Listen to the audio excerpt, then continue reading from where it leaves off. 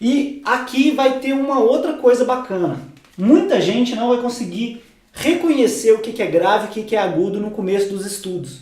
E isso cria um problema. Então vamos lá. Agudo é o mais fininho, remete à voz feminina, remete à voz mais fininha, remete a animais pequenininhos em desenhos animados, enfim. E aqui a parte grave, né? Remete à voz masculina, à voz mais grave, a brinquedos, animais pesados, né? O som, por exemplo, do elefante, né? mais grave, enfim. E aqui a gente precisa mudar um pouco essa perspectiva. Então essa perspectiva do horizontal, a gente vai começar a trabalhar com ela na vertical, beleza? Então, tá? Então se aqui eu tenho um dó, tá? Aí aqui eu vou ter o ré, depois mi, fá, sol, lá e assim por diante, vai subindo.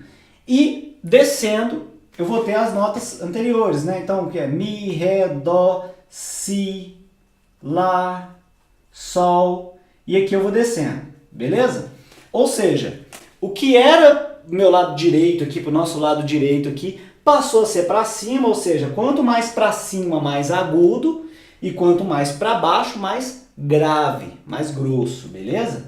Então, aqui a gente mudou a perspectiva de horizontal para vertical, tá bom? Isso tem que ficar bem claro para você entender aqui as notinhas musicais.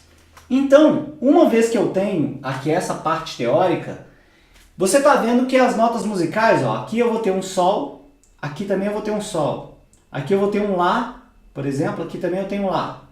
Aí, e assim por diante. As notas musicais, elas vão se repetir, então elas não vão mudar de nome quando ela terminar. Essas sete primeiras notas musicais, elas vão continuar. Então, dó, ré, mi, fá, sol, lá, si. Depois a gente vai ter outra sequência, que é dó, ré, mi, fá, sol, lá, si.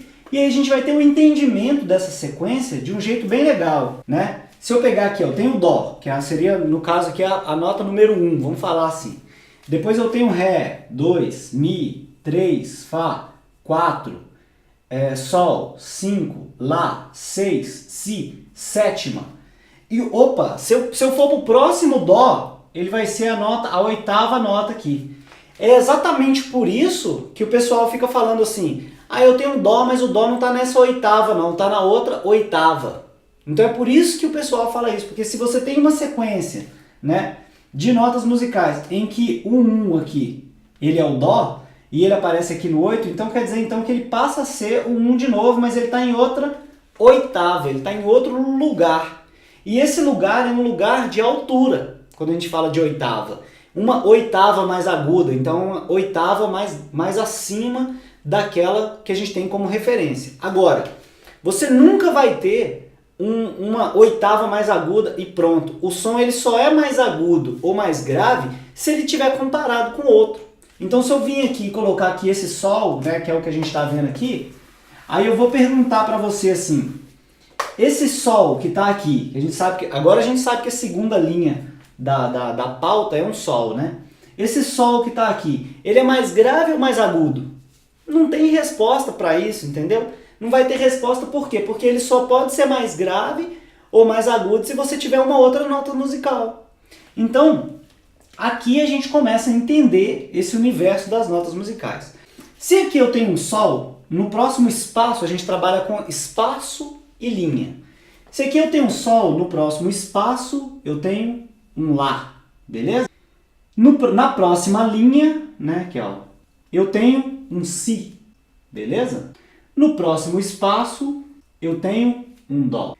Na próxima linha eu tenho um ré. No próximo espaço eu tenho um mi.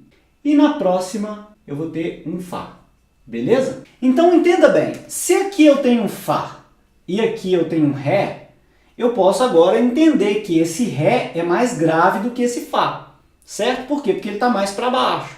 Então se eu tenho aqui um lá e aqui eu tenho um ré, eu posso entender que esse ré aqui ele é mais agudo do que esse lá. Por quê? Porque ele está mais acima. Então quanto mais acima, mais agudo, tá? E quanto mais para baixo, mais grave.